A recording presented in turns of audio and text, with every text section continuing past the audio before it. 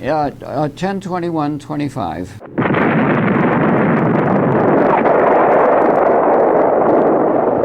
December 7th, 1941, a date which will live in infamy. I think I was a junior in high school then, and when the attack came and it became definite that we were involved in war, our principal called us down to all the young men down to the auditorium, and he talked to us. He said, "Don't do anything rash or anything precipitate right now. Just go back to your books and your classes and wait to see what happens." He says, your life is changed forever.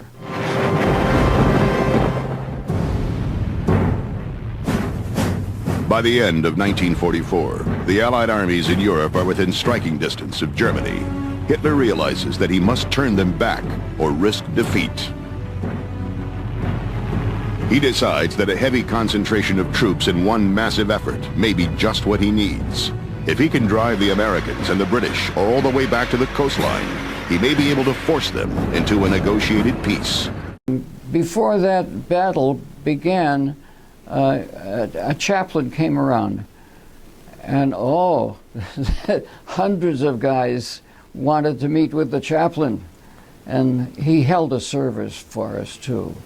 So yes, there was a lot of foxhole religion too.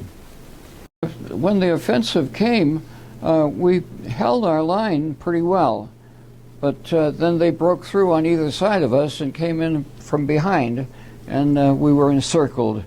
After a few days, I think it was 4 days of fighting, that we were encircled. Guns a-blazing? Yeah, somewhere along the line I got a shrapnel wound and got a Purple Heart. This siege last then? About 4 days. Yeah.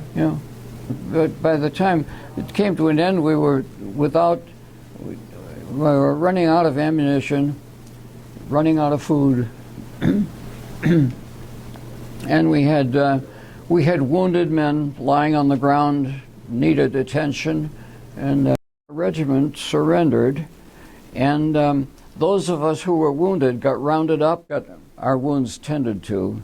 I got a bandage on my arm, and then we stayed there for, I think we stayed there for 3 days. What was your treatment like? It was pretty basic, not especially harsh, but our conditions were harsh. You know, they didn't have much food to share with us, but got a little, and the medical treatment that we got was fair. We accidentally got strafed by our own fighter planes. I think they were P-51s, and we were locked in the boxcars, and there were 2 planes. And the reason you were in the boxcars was, again, you're a prisoner of war at that point. Yeah, preparatory to be moved back. Okay. Yeah. So there were 2 planes, and each one made 2 passes at us.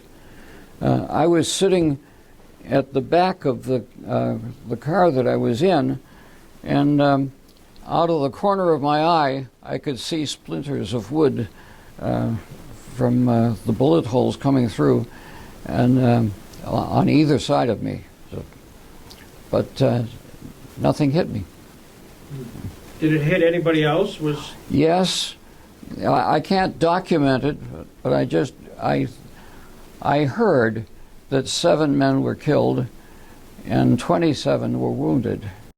Yeah, after we got strafed, we returned to the boxcars and got locked up again, and then someone said, hey, it's Christmas Eve, and they said we ought to be doing something.